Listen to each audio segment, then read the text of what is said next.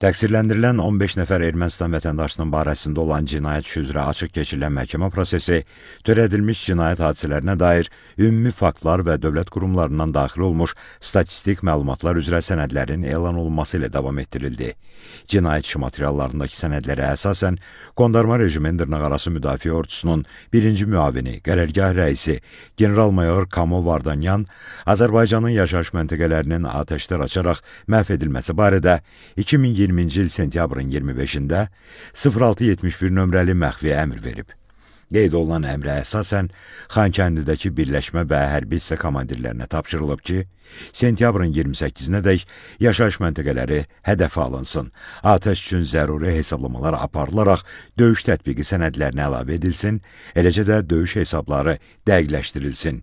Artilleriya hərbi hissələrində 40 km mənzilli G-2000 raketləri ilə atəş aparmaq üçün konkret olaraq bir vahid BM-21 sistemləri hazırlansın və onun üçün nəzərdə tutulmuş 80 ədəd raketdən 40-ı daimi olaraq atəş açacaq döyüş maşınının nəqliyyat doldurucu avtomobilində saxlanılsın.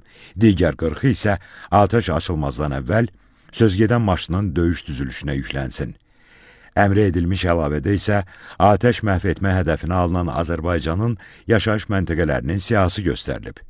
Siyahıda Beyləqan, Bərdə, Yevlax, Goranboy, Tərtər, Naftalan, Mingəçevirdəki yaşayış məntəqələrinin, habelə daha bir neçə rayonun çoxsaylı qəsəbə və kəndlərinin adları qeyd olunub. Elan edilmiş sənədlərdən biri Ermənistan Silahlı Qüvvələrinə məxsus olub. Belə ki, Vətən müharibəsi dövründə Azərbaycanın suveren əraziləri işğaldan azad edilərkən 2020-ci il oktyabrın 10-da Suqovuşan yaşayış məntəqəsində işğal altında olmayan və mülki əhalinin məskunlaşdığı yaşayış məntəqələrinin hədəfə alınması barədədir. Həmin sənəddə Ermənistan Silahlı Qüvvələri tərəfindən məhv ediləcək yaşayış məntəqələrinin dəqiq koordinatları, hansı növ raketlərdən istifadə edilməsi göstərilir.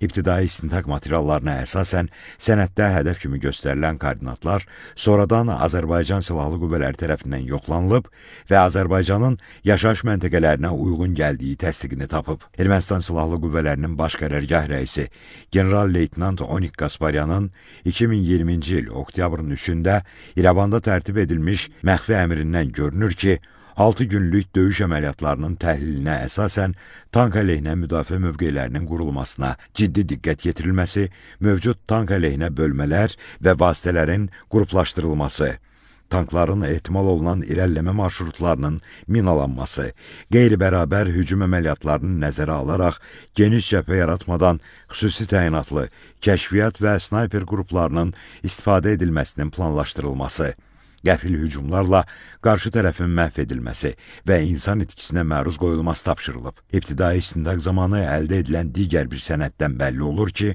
Ermənistan Silahlı Qüvvələrinin baş qərargah rəisi general-polkovnik Yuri Xaçaturovun 2016-cı il 4 may tarixli 0119 nömrəli məxfi əmrinə, döyüş tapşırığına əsasən qondarma qurumun dırnaqarası ordusunun komandirinə 6-cı Müdafiə rayonunun tank əleyhinə çuxur və çuxur yollarının torpaq qatlarını təchiz etmək, aralıq səngər və müdafiə xətti kimi istifadə etmək, 9-cu Müdafiə rayonunun tank əleyhinə çuxur və çuxur yollarını bir-biri ilə mütləq şəkildə birləşdirmək və bütünləşdirmək, döyüş düzülüşündə olan vasitələri maskalamaq tapşırılıb. Ermənistan Silahlı Qüvvələrinin baş qərargah rəisi general-leytenant Movses Hakobyanın və Ermənistan Silahlı Qüvvələrinin baş qərargahının kəşfiyyat idarəsinin rəisi polkovnik Vaginak Sarkisyanın İrəvanda tərtib olunmuş 2016-cı il 24 dekabr tarixli 016 nömrəli birgə məxfi əmrindən görünür ki, qondarma qurumun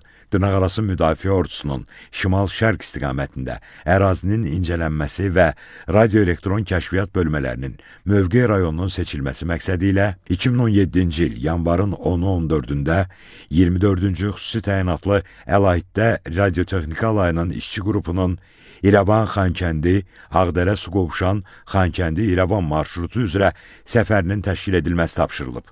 Həmin əmrin icrasına nəzarət isə Ermənistan Silahlı Qüvvələrinin baş qərargahının kəşfiyyat idarəsinin rəisinə həvalə olunub. Məhkəmədə verilmiş əmrlərin fotoşəkilləri nümayiş etdirildi.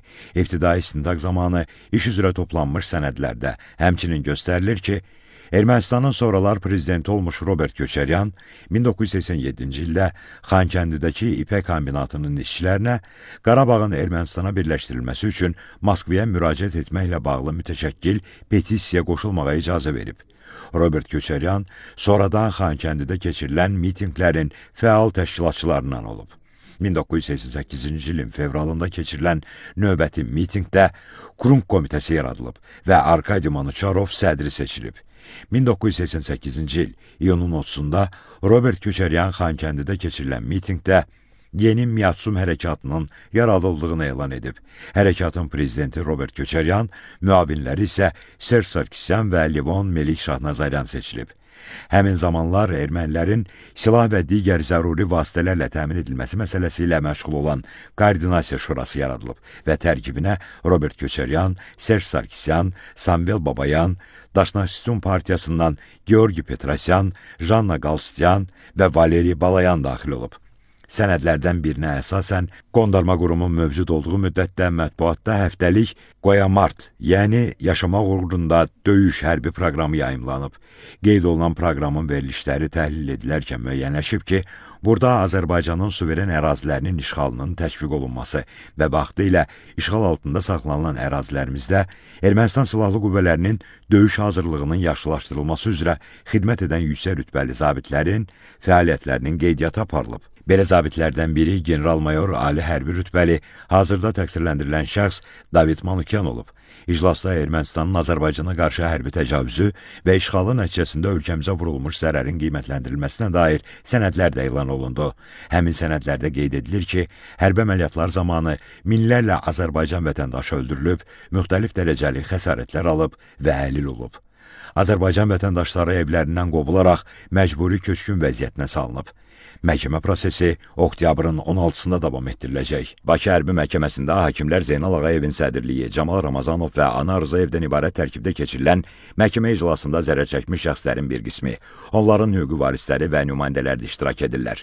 Qeyd edək ki, Ermənistan dövlətinin, onun dövlət qurumlarının vəzifəli şəxslərinin, hərbi qüvvələrinin və qanunsuz silahlı birləşmələrin bilavasitə rəhbərliyi və iştirakı, şifahi yazılı qaydada verdiyi tapşırıq, göstəriş və təlimatları, maddi, texniki, şəxsi heyətlə verdiyi dəstəyi, mərkəzi qaydada idarəçiliyi əsasında, eləcə də ciddi nəzarət altında Azərbaycan ərazisində daxili və beynəlxalq hüquq normalarına zidd şəkildə Azərbaycana hərbi təcavüz etmək məqsədilə yaradılmış, həmçinin Robert Köçəryan, Serj Sarkisyan, Vazgen Manukyan, Vazgen Sarkisyan, Samvel Babayan, Vitali Balasanyan, Zori Balayan, Seyran Ohanyan, Arşavir Qaramyan, Monty Melkonyan və digərlərinin rəhbərliyi, bilavasitə və dolayı iştirakları ilə Ermənistan dövləti, o cümlədən sözü gedən cinayətkar birlik tərəfindən aparılan təcavüzkar müharibənin gedişində törədilmiş çoxsaylı cinayət faktlarına dair cinayət işi üzrə 15 nəfər erməni əsilli təqsirləndirilən şəxs ittiham edilir.